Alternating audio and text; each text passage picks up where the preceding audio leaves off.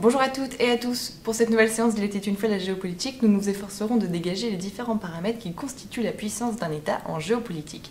On entend beaucoup parler sur les réseaux sociaux ou encore les différents médias des rivalités, des rapports de force ou encore de l'influence de différents États dans des régions ou dans des conflits, mais on s'interroge que trop peu souvent sur leur capacité d'agir et les véritables vecteurs qui, conjugués, constituent cette puissance pour un État en géopolitique. Cela nous permettra également de mieux cerner les États qui possèdent ces facteurs de puissance en 2018.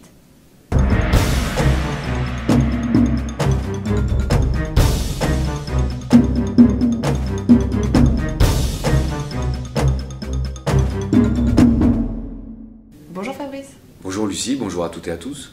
Nous le disions lors de l'introduction, la puissance d'un État résulte de différents facteurs qu'il est nécessaire d'identifier puis de décliner afin de mieux en percevoir les effets. Chacun d'entre eux est prépondérant, c'est pourquoi nous n'allons pas les aborder par ordre d'importance, mais plutôt en commençant par ceux qui nous apparaissent le plus spontanément et en continuant avec ceux qui sont perçus de manière un peu plus diffuse par nos concitoyens. Dans cet ordre logique, la première composante de la puissance à laquelle on pense spontanément est d'ordre économique. Oui, vous avez tout à fait raison de souligner que d'abord il y a quatre composantes en termes de puissance en géopolitique, c'est important à rappeler, parce que justement on va évoquer la première d'entre elles, non pas par ordre d'importance, mais parce que c'est celle à laquelle on pense la plus spontanément, à savoir la dimension économique.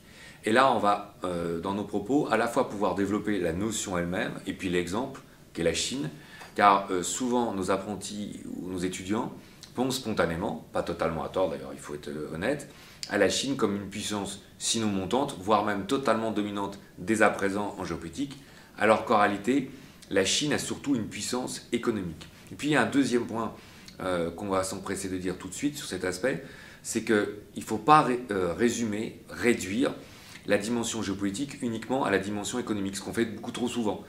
Beaucoup trop souvent, dans les cours, on voit que les questions qui sont posées seraient quels seraient les enjeux économiques sur les matières premières notamment et le pétrole en particulier, et on a tendance à réduire les logiques de la géopolitique uniquement à cette dimension, qui sont certes importantes, mais qui ne sont pas les seules.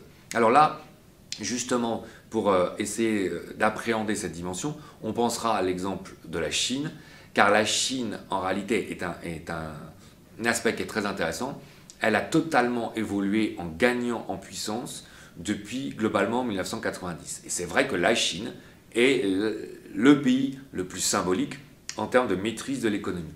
Alors il faut se rappeler qu'au début des années 90, à la fin des années 80, quand justement il y a les événements à Tiananmen, et que la Chine est encore dans une logique d'autonomie, presque d'autarcie, c'est-à-dire du fait de limiter son économie sur son seul territoire, Deng Xiaoping a décidé de changer totalement la dynamique chinoise en termes d'économie et de projeter la Chine dans l'économie internationale, ce qui va certainement être là d'ailleurs des facteurs, je tiens à le préciser d'emblée, majeurs sur la globalisation telle qu'on va la découvrir dans le courant des années 90 et puis dans la décennie de 2000 à 2010. Et là, il y a un premier résultat qui me paraît important.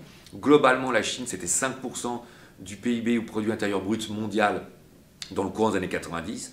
Aujourd'hui, on considère que la Chine, c'est autour de 23 à 25% du PIB mondial à elle seule, ce qui veut dire qu'elle aurait multiplié par 4 sa présence dans le PIB mondial et qu'on pourrait considérer que 25% des richesses créées dans le monde aujourd'hui sont dues à la Chine et à elle seule. Quand on se rappelle qu'en 1945, 49% de la production industrielle mondiale était le fait des États-Unis et d'eux seuls, on voit bien que là, on aurait un glissement progressif depuis ces 30 dernières années, globalement, qui se ferait des États-Unis vers la Chine et qui laisserait à penser que la Chine devient un acteur majeur en géopolitique. Et si on veut accroître cette perspective, il faut rajouter un agrégat qui me paraît prépondérant en l'occurrence, à savoir la balance commerciale entre la Chine et les États-Unis. On rappelle très rapidement que la balance commerciale, c'est la différence entre les exportations et les importations. Et bien sûr, si votre balance commerciale est créditrice, ça veut dire que vous exportez plus vers le pays concerné, alors que si elle est débitrice, ça veut dire que vous importez plus du pays concerné. Or, la surprise déjà, en 2000, c'était que la Chine avait une balance commerciale positive envers les États-Unis d'Amérique d'environ 90 milliards de dollars pour la seule année 2000. Ça, c'est d'ailleurs un facteur qui était très bien décrit par Emmanuel Todt dans un ouvrage qu'on avait déjà eu l'opportunité d'évoquer dans l'une de nos séances précédentes, Après l'Empire, dans lequel il voyait bien, après l'Empire ou le déclin des États-Unis, vous voyez bien que l'économie américaine commençait à être en recul par rapport à l'économie chinoise.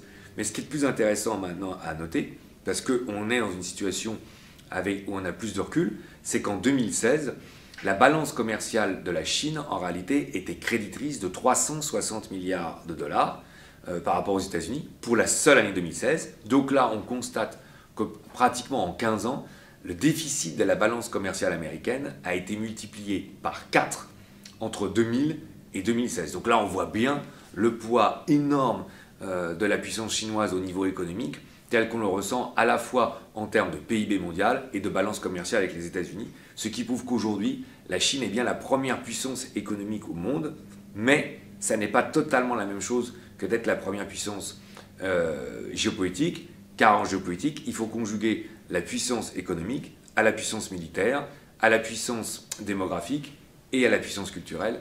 Et c'est ça qu'on va appréhender sur les questions suivantes. Il y a également, et j'ai presque envie de vous dire naturellement, la puissance militaire, mais est-ce qu'aujourd'hui il s'agit d'une composante de la puissance aussi importante que par le passé? Alors là, il y a deux dimensions à votre question. Il y a le fait de percevoir la dimension militaire d'une part, et de s'interroger effectivement, c'est très judicieux de votre part, sur sa réalité ou son efficience. Bon, par le passé, la puissance militaire était d'ailleurs pratiquement celle qui était considérée la plus spontanément, puisque c'est celle qui permettait de résoudre les différends entre États de façon violente. On connaît la phrase de Clausewitz, la guerre n'est que la continuité de la politique par d'autres moyens. Par contre, ce qui est sous-entendu de votre question et qui est effectivement assez juste, c'est que depuis l'apparition de l'arme nucléaire d'une part, globalement en 1945, tel que les bombardements d'Hiroshima et de Nagasaki les ont mis en avant, et avec la fin de la guerre froide d'autre part, car là on a deux effets cumulés, on a eu tendance, surtout en Occident, à de moins en moins considérer la dimension militaire et de moins en moins y faire attention. Comme si on sortait finalement d'une très longue période de l'histoire de l'humanité, dans lesquelles les conflits militaires c'était avant, et dans lesquels on n'aurait plus qu'à résoudre des contentieux économiques. C'est toute la période de la sortie de la guerre froide. Alors si on prend la chute du mur le 9 novembre 89 ou le discours de Mikhail Gorbatchev le 25 décembre 91. Et d'ailleurs, il y a Francis Fukuyama, qui était un géopoliticien célèbre, enseignant aux États-Unis, qui avait écrit un livre, La fin de l'histoire, où on considérait clairement que puisqu'on avait vaincu le fascisme, le communisme, le stalinisme, tous les totalitarismes, on n'aurait plus jamais la guerre et on n'aurait plus que des rivalités commerciales, mis à part quelques États voyous, rogue states, qui seraient finalement arrêtés ou contingentés par l'égide de l'ONU. Bon. En réalité, on est bien obligé de se rendre compte que ça a été quand même une perspective qu'on peut considérer aujourd'hui comme naïve quand on voit la résurgence de beaucoup de conflits, voire même leur expansion exponentielle. Donc, en 2016, 2017, 2018, on est plutôt sur une perception de la reprise de conscience de l'importance du facteur militaire. D'ailleurs, tous les États aujourd'hui, à part les États occidentaux européens, sont en train de considérablement développer leur budget militaire. Et là, on en revient à la Chine, parce que là, c'est très intéressant. En fait, ce qui se passe, c'est que globalement, depuis 15 ans, la Chine a multiplié par 10 ses dépenses militaires, ce qui est considérable. Enfin, on a rarement vu un État autant investir dans l'armement. Et ça, c'est un aspect qu'on évoque très peu sur la Chine. On évoque toujours la dimension économique. C'est ce qu'on a fait dans la question précédente, auquel on pourra rajouter d'ailleurs que le plan de la route de la soie, qui est l'équivalent un peu du plan Marshall tel que les Américains l'ont mis en place à la fin des années 40, c'est 7 fois le montant des investissements américains à l'époque. Donc ça prouve bien que la puissance économique chinoise est là, mais comme ils ont la puissance économique, on voit bien là le corollaire, ils sont dans la capacité maintenant d'investir dans le militaire. Or, ils ont multiplié par 10 leur budget militaire depuis 10 ans, ça c'est le premier chiffre qu'on était en train d'évoquer, et si on complète cette statistique, qu'est-ce qu'on constate sur la puissance chinoise? Qu'en réalité, en 2017, ils avaient augmenté le budget de la défense de 7%, ce qui est énorme. Enfin, quand on accroît 7% de ressources supplémentaires au budget militaire, il y a très peu d'États qui peuvent le faire. Et le Premier ministre de la Chine, en mars 2018, a confirmé que la Chine allait continuer, puisque le budget militaire est augmenté de 8%. Là, je demande à nos apprentis de bien entendre les chiffres qu'on est en train de donner, car ce n'est bien sûr pas des chiffres qui sont cumulatifs, mais c'est des chiffres qui sont exponentiels. On a fait un accroissement de 7, et sur cet accroissement de 7 qui a donné un résultat global, on réaugmente de 8. Donc là, on est sur des perspectives énormes. En gros, la Chine aujourd'hui dépense 175 milliards de dollars dans l'armement. Alors on pourrait objecter, à juste titre, qu'on est encore assez loin des dépenses militaires américaines qui sont de 630 milliards de dollars. En gros, les États-Unis, c'est 49% des dépenses militaires globales aujourd'hui, mais les Chinois sont en train de plus en plus de combler cet écart. Et non seulement ils investissent de plus en plus dans l'armement, mais ils investissent de plus en plus dans la recherche de l'armement, ce qui est une double dimension. Donc là, en fait, on se rend compte à travers cette logique militaire qu'elle n'a pas disparu, contrairement à ce à quoi on pouvait s'attendre légitimement, première remarque. Que deuxièmement, la Chine, qui était une puissance économique, ne doit pas être réduite à cette dimension, car elle est en train d'acquérir une puissance militaire. Et si vous me permettez un dernier point sur cet aspect, non seulement les Chinois investissent dans l'armement, mais ils investissent dans les bases militaires. Et récemment, ils ont, en 2016, acquis un territoire à Djibouti qui leur permet d'installer une base militaire, qui est bien sûr une formidable lance de projection, de lancement, à la fois sur le Proche-Orient et sur l'Afrique. Il y a également cette dimension démographique qui est souvent perçue dans les pays occidentaux comme un handicap, à cause notamment des coûts liés à l'instruction, la santé ou encore notre crainte du chômage, mais il s'agit également d'un facteur de puissance. Oui, alors ça c'est très juste et je pense que c'est fondamental à rappeler parce qu'évidemment la démographie est un élément prépondérant de la puissance en géopolitique.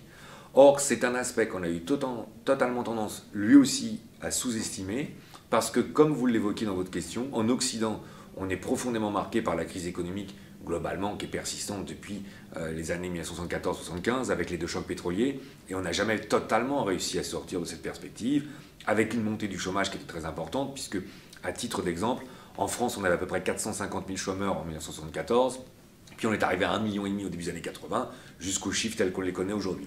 Donc en Occident partout on a été omnibulé par le chômage et parfois on a eu tendance à ressentir le besoin face à l'incapacité à résoudre le chômage d'une part, et puis au souci de l'instruction, du fait de maintenir des soins médicaux, de se dire finalement il faudrait essayer de maîtriser la population, et un surcroît de population peut paraître un handicap. D'ailleurs, pour reprendre l'exemple de la Chine, c'est vrai que dès le courant de la fin des années 60, début des années 70, la Chine a imposé une limitation de sa démographie. C'est la fameuse règle qui permettait aux couples d'avoir qu'un enfant, voire deux, dans des cas très particuliers, dans des provinces très particulières, parce que la Chine était encore soumise à des famines et qu'on voyait bien que le danger, c'était de ne pas pouvoir permettre à la population de commettre une vie digne. Et donc c'était plutôt perçu comme un danger. Mais là, ce qui est assez intéressant, c'est que là aussi, depuis 15 à 20 ans, la lecture qu'on en fait est différente. D'abord parce qu'on s'est rendu compte d'une chose, c'est que si on n'assumait pas au moins la possibilité que les nouvelles classes jeunes démographiques, c'est la fameuse pyramide des âges, où on a une population qui vieillit, parce que finalement les générations qui vieillissent sont plus importantes que les jeunes générations qui arrivent de par des limitations qui sont plus ou moins autoritaires ou acceptées. Et donc en fait ce qui se passe, c'est qu'on a des tranches d'âge jeunes qui sont moins nombreuses et qui peuvent moins assumer par le biais de l'impôt ou par le biais de leurs cotisations tout ce qui serait lié aux acquis sociaux, je pense aux pays occidentaux, en particulier à la France. Donc là, on s'est rendu compte qu'on avait des populations qui vieillissaient, et ça amène, là je passe dans une autre partie du globe, je pense notamment à un pays comme le Japon, on a une population aujourd'hui qui vieillit extrêmement vite. Et là, on a un chiffre qui est fondamental, c'est le fameux 2,1 en termes de taux de fécondité, parce qu'on sait bien que normalement, ça c'est un chiffre qui est stratégique, on sait bien qu'on a une population qui peut s'accroître si on a un taux de fécondité qui est supérieur, mais on a une population, si on a un taux de fécondité qui est inférieur, qui ne se reconduit pas à l'identique, donc on a un rétrécissement de la population. Là, on a un cas qui est très précis, qui est au Japon, et puis on a l'Allemagne, aujourd'hui qui est autour de 80 millions d'habitants, et en fait, quand l'Allemagne s'est réunifiée en 1990 avec la République fédérale allemande ou RFA et la République démocratique allemande ou RDA, on a une situation avec cette réunification qui a eu tendance à cacher l'un des enjeux majeurs de l'Allemagne aujourd'hui, à savoir un taux de fécondité qui est très bas, et donc qui pourrait amener, selon certains spécialistes, l'Allemagne à perdre un quart de sa population sur les 20 prochaines années. C'est-à-dire qu'on passerait de 80 millions d'habitants à 20 millions d'habitants malgré immigration. C'est important à souligner avec toutes les logiques actuelles qu'on entend et les choix qu'aurait fait Angela Merkel. Mais ce qu'il faut rappeler, c'est que l'Allemagne, même avec immigration, serait en train de perdre 1/5 à un quart de sa population. Ce serait une démographie négative, ce qui n'est jamais vu en temps de paix, et ce qui est dû à un taux de fécondité qui est très bas, et dont on voit bien tous les problèmes qui pourraient amener à peser à l'avenir. Car comment une population dont les jeunes sont de moins en moins nombreux peut de plus en plus permettre aux générations les plus anciennes d'être prises en charge. Donc ça, c'est quelque chose qu'on est en train de mieux maîtriser. Et puis après, il y a la dimension liée à la puissance en tant que telle, militaire. Et là, il y a un événement ou un paramètre qui a été peu évoqué ou de façon un peu pudique en Europe, c'est quand il y a eu le référendum en Turquie avec Erdogan. Et là, on pourrait se dire spontanément, on ne voit pas totalement quel est le rapport immédiat. Mais ce qui avait été assez intéressant, c'est que donc il y avait eu des polémiques entre plusieurs États européens et le gouvernement turc, parce que le gouvernement turc souhaitait qu'il y ait des réunions qui soient mises pour que les Turcs qui soient amenés à voter et qui vivent dans des pays comme les Pays-Bas puissent voter. Or, le gouvernement des Pays-Bas avait dit, nous, il n'est pas question qu'on organise des réunions politiques dont le seul objectif, ce serait un débat politique en Turquie. Et là, Erdogan avait été très cassant, il avait dit, méfiez-vous, parce qu'il y a plus de ressortissants turcs aux Pays-Bas que de soldats néerlandais. Donc on voit bien que là, la menace était à peine voilée. Et cette phrase avait le mérite de remettre un corollaire entre la démographie et la capacité à alimenter justement la puissance militaire.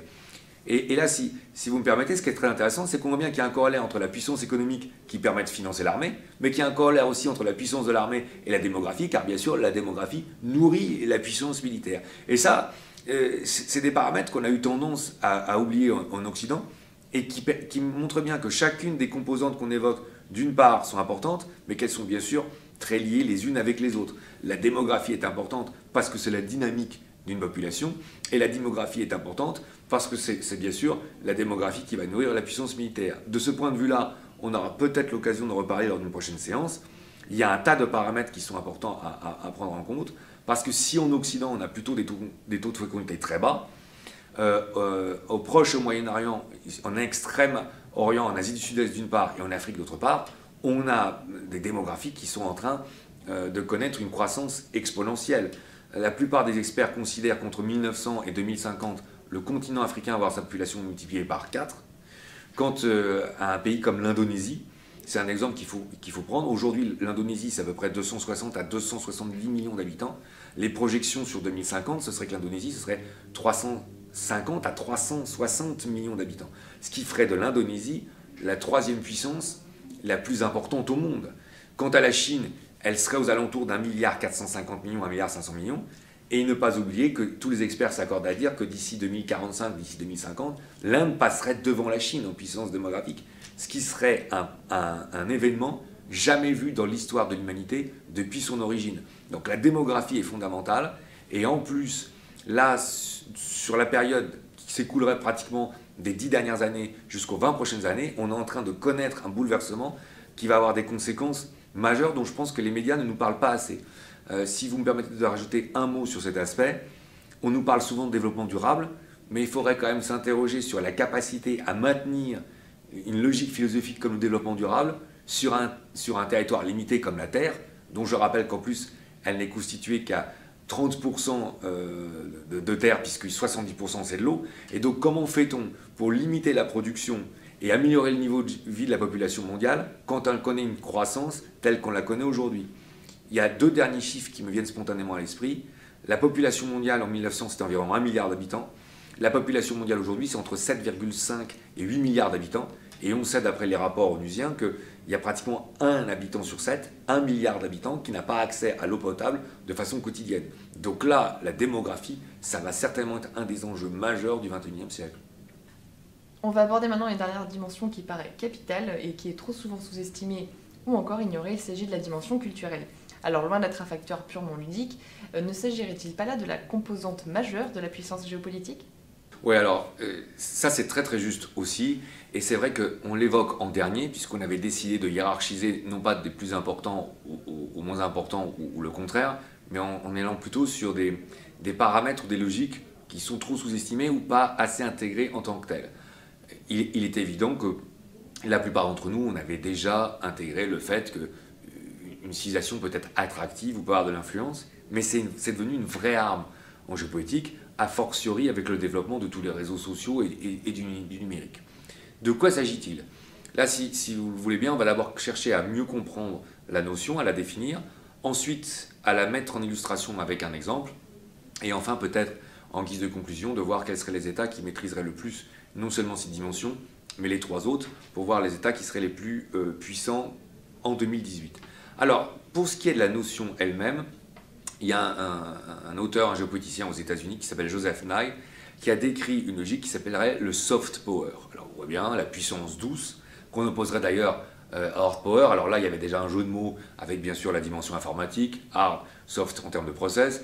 Et en gros, le hard power, ce serait la puissance militaire, qui rentrerait d'ailleurs plutôt en déclin et qui serait moins à prendre en considération, parce que Joseph Nye a développé cette notion aux années 90, et on voit bien avec ce qu'on avait dit précédemment, que comme on avait tendance à penser qu'il y aurait moins de conflits idéologiques et moins de guerres, que donc l'armée serait moins utile, que désormais les rivalités seraient plus sur une dimension culturelle ou du soft power. Donc là, il y avait bien une montée en puissance de l'ensemble des logiques. C'est pour ça qu'il faut toujours les prendre en considération de façon synchrone et non pas de façon séparée. Et donc le soft power, ce serait la capacité à attirer une civilisation, à l'amener envers vous. Alors on voit bien le cinéma, le théâtre, la langue, enfin, l'ensemble des paramètres qui pourraient inspirer les dimensions ludiques. Donc, si on pense d'ailleurs aux États-Unis, puisque c'est à ça, la nourriture avec les fast-food, les jeans, Disney, etc., etc. Et donc en fait, même ceux qui s'opposeraient le plus à la puissance politique ou militaire des États-Unis finiraient par s'en rapprocher. Le sport, on peut penser à la NBA, au football américain, que la NFL, enfin l'ensemble de ces composantes donnait une puissance aux États-Unis qui était même plus importante que la puissance militaire. Ça, c'est important à rappeler. Donc là, la puissance culturelle ou le soft power, comme on dit un petit peu dans le jargon géopolitique, serait un élément essentiel, car c'est la capacité à attirer l'ensemble des autres acteurs sans même avoir à déclencher la guerre. Et là, c'est très intéressant parce que si on se rappelle d'un penseur chinois, Sun Tzu dans l'art de la guerre au VIe siècle, il dit bien qu'en réalité, il y a une phrase qui est clé, si tu fais la guerre, tu l'as déjà perdue, parce que dans l'esprit de Sun Tzu, en réalité, ce qu'il faut, c'est presque séduire, suborner ou attirer l'adversaire, qui de facto se rendra spontanément à vous parce qu'il sera attiré par votre civilisation. Donc ça, c'est très très important. Et je trouve que maintenant qu'on a défini cette notion, et dont on voit bien qu'elle a de l'influence, il ne faut pas oublier, c'est important à rappeler à la génération de nos apprentis que il y a 15 à 20 ans, il n'y avait pas un film chinois sur Netflix, sur Canal+, ou sur l'ancienne réseau. Or, si on regarde aujourd'hui, des films chinois, il y en a de plus en plus.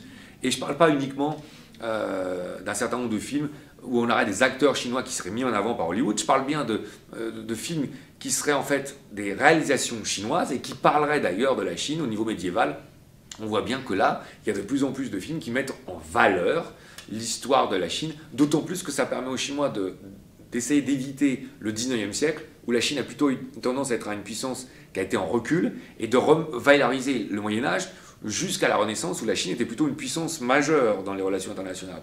Donc en plus, ils sont plus présents, et c'est assez intéressant parce que là on voit que en termes de langue, en termes de coutume, le nouvel an chinois n'était pas quelque chose qu'on célébrait tant que ça il y a 20 ans ou il y a 25 ans. Donc là, la Chine est en train là aussi de monter en puissance sur une logique où on pensait que les anglo-saxons étaient relativement seuls. À titre de comparaison, on pourrait aussi évoquer CNN dans les médias permanents, dans les chaînes d'information permanentes, qui étaient relativement seuls à expliquer le premier conflit irakien en 91. Et il y a beaucoup d'autres civilisations, je pense notamment au Proche Moyen-Orient. La montée en puissance d'Al Jazeera est venue du fait qu'à un moment, on n'a pas voulu que les anglo-saxons aient le monopole de la parole sur l'interprétation et qu'il y ait eu le besoin au Proche Moyen-Orient que d'exprimer les informations avec son propre point de vue. Donc, c'est vraiment une dimension qui est montée en puissance et ça nous amène à reprendre un cas présent, là en 2016, 2017, 2018, qui nous permet de mieux comprendre l'importance d'une puissance parce que c'est un sujet qu'on a été amené à traiter. Il y a 2 ou 3 séances, le poids de la Corée du Nord en géopolitique. Et là, c'est très intéressant, parce qu'on est toujours omnibulé par la puissance militaire, notamment le feu nucléaire avec les essais. Mais quand on y réfléchit bien, la puissance de la Corée du Nord me paraît quand même un peu exagérée ou extrapolée, parce que si on regarde à travers les 4 canevas qu'on vient de mettre en place, la puissance économique, la Corée du Nord n'en a pas, c'est un des pays les plus pauvres au monde. La puissance militaire, admettons, et encore ça pourrait discuter, mais admettons. Mais quant à la puissance démographique, c'est un pays d'à peu près 25 millions d'habitants, donc qui est quand même assez réduit par rapport aux autres puissances géopolitiques. Et quant à la puissance culturelle, et c'est surtout là où vous voulez en venir, quelle est la capacité de la Corée du Nord aujourd'hui d'être force d'attraction dans le monde? Mais elle est nulle.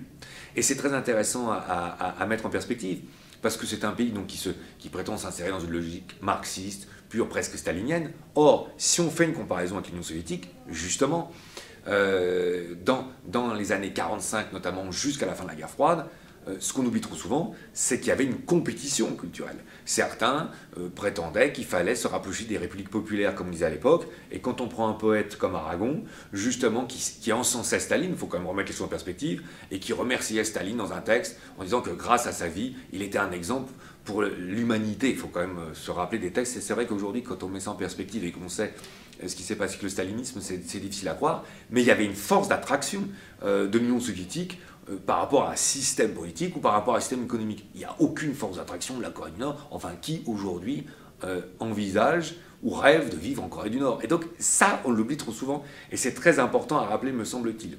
C'est la raison pour laquelle, peut-être en guise de conclusion, il faut rappeler qu'une puissance géopolitique, c'est une puissance qui arrive à conjuguer les 4 aspects tels qu'on vient de les décliner. Il y a l'aspect économique, auquel on pense tous spontanément, mais pas seulement. Il y a l'aspect militaire, qui devient de plus en plus résurgent. Il y a la dimension démographique, au sens politique du terme. Et puis, il y a la puissance culturelle, ou le soft power, tel que Joseph Nye l'a défini. Et maintenant qu'on a défini ces 4 logiques, et qu'on a cherché à les remettre en place, finalement, ce qui est intéressant de souligner, ou le point sur lequel on pourrait s'interroger, en guise de conclusion, c'est quels sont les États aujourd'hui, ou les puissances aujourd'hui, qui seraient soit en situation, soit capables de conjuguer ces 4 éléments. Car c'est ces États qui seraient capables de conjuguer ces 4 éléments qui sont les vraies puissances du XXIe siècle. Alors évidemment, il y a la première puissance auquel on pense spontanément, dont on peut considérer aujourd'hui qu'elle reste la première puissance géopolitique. Malgré ses difficultés économiques, c'est les États-Unis d'Amérique. Pourquoi ? Parce que les États-Unis d'Amérique gardent la première armée au monde aujourd'hui avec un budget de 630 milliards de dollars. Parce que les États-Unis aujourd'hui, c'est 315 à 320 millions d'habitants. Donc ça reste, au niveau démographique, la 3e puissance au monde, pas pour longtemps. Et puis parce que, bien sûr, l'ascendance culturelle américaine reste très très forte à travers les produits sportifs, cinématographiques, le poids d'Hollywood ou de la NBA, etc., etc.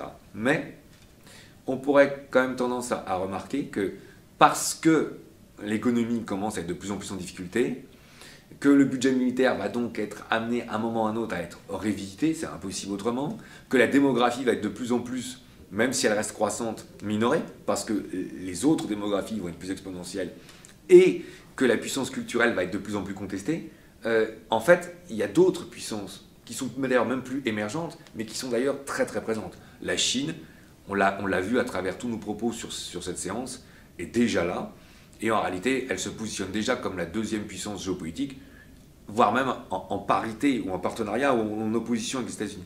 Mais il y a d'autres États dont je trouve qu'on ne parle pas assez. L'Inde, on voit bien, va avoir un rôle majeur à jouer. L'Inde, d'abord, est une puissance démographique qu'on sous-estime. L'Inde devient de plus en plus centrée sur des questions nationalistes ou sur des questions d'identité forte.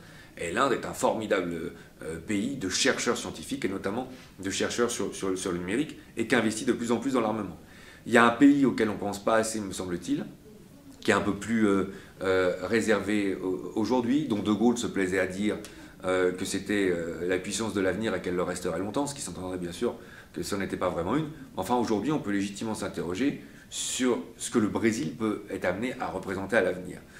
On a une lecture du Brésil qui est souvent trop caricaturale et qui est limitée bien sûr à une dimension sportive, faut pas dire une dimension soit de football, soit de fête avec le carnaval. Enfin, il faut quand même rappeler que le Brésil aujourd'hui a des capacités en termes de matières premières et énergétiques et agroalimentaires qui sont énormes, et c'est très important dans la perspective d'un monde qui va se développer. Le Brésil est investi considérablement sur l'armement, et surtout le Brésil, de par sa superficie ou de par sa taille, est un pays qui pèse énormément, notamment sur la partie sud-américaine du continent américain.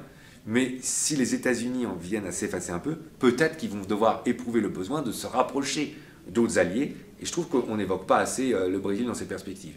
Et puis enfin, il y a un continent majeur qui pour l'instant reste discret, mais qui est quand même le continent africain, dont on voit bien que l'explosion démographique telle qu'on est en train de la connaître va amener des pays. Alors là, il y a des pays, un pays comme le Nigeria d'ailleurs, qui aujourd'hui a dépassé ou avoisine les 200 millions d'habitants, dont on considère qu'il peut doubler sa démographie tous les 20 ou 25 ans. On voit bien que c'est un pays qui va de plus en plus avoir d'assises, de même que l'évolution de l'Afrique du Sud ou que de certains pays du Maghreb.